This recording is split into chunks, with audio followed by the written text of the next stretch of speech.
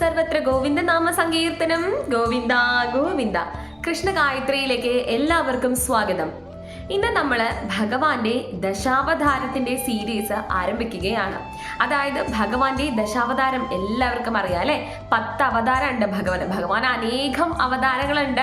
പക്ഷെ 10 അവതാരമാണ് പ്രമുഖമായി നമ്മൾ അറിയപ്പെടുന്ന അവതാരങ്ങൾ. അപ്പൊ അങ്ങനെ ദശാവതാരത്തിന്റെ ഓരോ അവതാരത്തിന്റെ കഥ എന്താണ് എന്നത് പറയുന്ന ലോങ് വീഡിയോ ആണ് നമ്മുടെ ദശാവതാരം സീരീസ് കൊണ്ട് നമ്മൾ ഉദ്ദേശിക്കുന്നത്. അപ്പോൾ ആദ്യത്തെ അവതാരമായ മത്സ്യാവതാരത്തെ കുറിച്ചാണ് ഇന്ന് ഈ വീഡിയോയിൽ ഞാൻ പറഞ്ഞു തരാനായിട്ട് പോകുന്നത്. മത്സ്യാവതാരം എടുക്കാനുണ്ടായ സാഹചര്യവും അത് എന്തിനെയാണ് സൂചിപ്പിക്കുന്നത് എന്നതും ഉള്ളതിനെ കുറിച്ചുള്ള ഒരു കഥയാണ് ഇന്ന് ഈ വീഡിയോയിൽ ഞാൻ പറഞ്ഞു തരാനായിട്ട് പോകുന്നത്. അപ്പൊ അധികം താമസിപ്പിക്കാതെ നമുക്ക് കഥയിലേക്ക് കടക്കാം. മത്സ്യ, കൂർമ്മ, വരാഹം, നരസിംഹം, വാമനൻ, പരശുരാമൻ, ബലരാമൻ, ശ്രീരാമൻ, ശ്രീകൃഷ്ണൻ, ഖഡ്കി. ഇതാണ് ഭഗവാന്റെ ദശാവതാരം. പക്ഷെ ഇപ്പോ നമ്മൾ ഭഗവാന്റെ ദശാവതാരം എന്ന് എവിടെയെങ്കിലും സെർച്ച് ചെയ്ത് നോക്കുകയാണെങ്കിൽ ശ്രീബുദ്ധന്റെ കൂടെ അവതാരം അതിൽ കാണിക്കുന്നുണ്ട്. എനിക്കറിയില്ല അത് കറക്റ്റ് ആണോ എന്താണെന്നൊക്കെ എനിക്ക് അതിനെപ്പറ്റി കൂടുതലായിട്ട് അറിയില്ല. അറിയുന്നവരുണ്ടെങ്കിൽ ഒന്ന് താഴെ കമന്റ് ചെയ്യൂ കേട്ടോ. ഈ 10 അവതാരം, ഞാൻ മേൽപ്പറഞ്ഞ 10 അവതാരങ്ങളാണ് നമ്മൾ പണ്ട് മുത്തശ്ശിമാരൊക്കെ നമുക്ക് പറഞ്ഞു തന്നിട്ടുള്ളത്. ആ ഒരു അറിവിലാണ് ഞാൻ നിങ്ങളുമായിട്ട് ഇത് പങ്കുവെക്കുന്നത്. ഇനി നമുക്ക് ഭഗവാന്റെ പ്രഥമ അവതാരമായ മത്സ്യാവതാരത്തെ കുറിച്ചുള്ള കഥ കേൾക്കാം.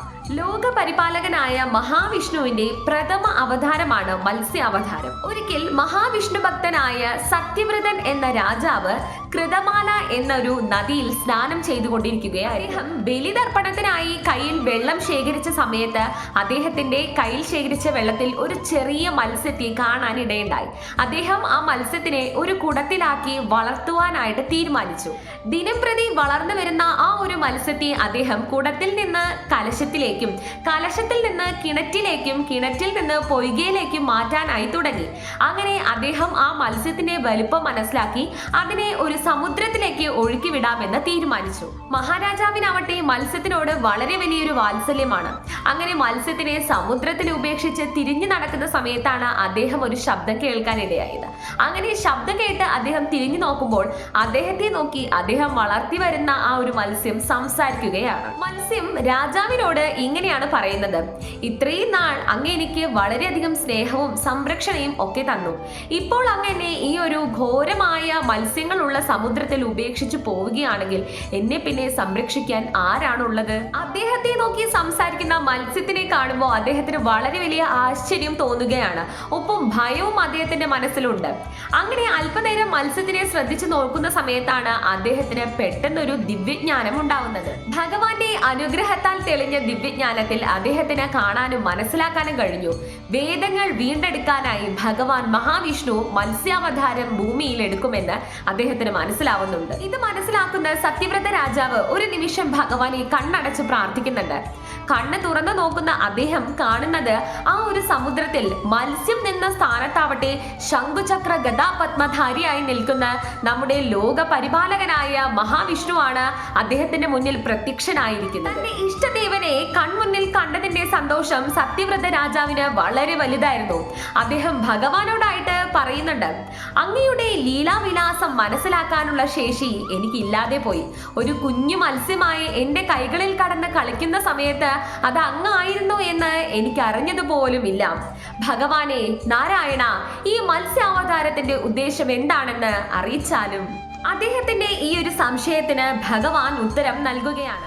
സത്യവ്രത, സൃഷ്ടികർമ്മത്തെ തുടർന്നുള്ള ക്ഷീണത്തിൽ ഭഗവാൻ ബ്രഹ്മദേവൻ വളരെ വലിയൊരു നിദ്രയിലാണ്. അതുകൊണ്ട് തന്നെ ഹയഗ്രീവൻ എന്നുള്ളൊരു അസുരൻ അദ്ദേഹത്തിന്റെ കൈവശമുള്ള എല്ലാ വേദങ്ങളും അപഹരിച്ചു പോയിരിക്കുകയാണ്. പരിപാലനം എന്നുള്ളത് നമ്മുടെ കർത്തവ്യം ആയതുകൊണ്ട് തന്നെ ഈ വേദങ്ങളെ വീണ്ടെടുക്കാനാണ് ഞാൻ ഈ മത്സ്യാവതാരം കൈക്കൊണ്ടത് എന്ന്. ഇതിനോടൊപ്പം മഹാരാജാവിനോട് ഭഗവാൻ ഇങ്ങനെ ഒരു പ്രവചനവും നടത്തുന്നുണ്ട്. ഇന്നേക്ക് 7ാം നാൾ ഒരു മഹാപ്രളയം ഈ ഒരു ഭൂമിയിൽ സംഭവിക്കുന്നതാണ്. അതുകൊണ്ട് സർവ്വ ജീവജാലങ്ങളുടെയും ബീജം ശേഖരിക്കേണ്ടതാണ്. നിന്റെ മുന്നിൽ നാം ഒരു നൗകയുമായി വരുന്നതാണ്. ആ നൗകയിൽ നീയും സപ്തഋഷികളും ചേർന്ന് രക്ഷപ്പെടാനായി ശ്രമിക്കണം. നിനക്ക് വേണ്ട എല്ലാ നിർദ്ദേശങ്ങളും സപ്തഋഷിമാർ നൽകുന്നതാണ്. സദാ നീ നമ്മെ ഭജിച്ചുകൊണ്ട് മുന്നോട്ട് പോവുക. അനന്തരം നാം നിൻ മുന്നിൽ പ്രത്യക്ഷനാവുന്നതാണ്. നാം മുന്നിൽ പ്രത്യക്ഷനാകുന്നത് നമ്മുടെ മത്സ്യാവതാരത്തിലൂടെയായിരിക്കും.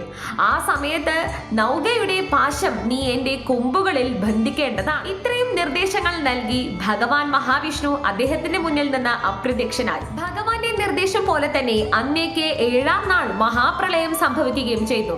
സത്യവ്രത രാജാവും സപ്തഋഷിമാരും ചേർന്ന് ജീവബീജങ്ങൾ ശേഖരിച്ചതിന് ശേഷം ഭഗവാൻ പറഞ്ഞ രീതിയിൽ തന്നെ സഞ്ചരിക്കാനായിട്ട് തുടങ്ങി.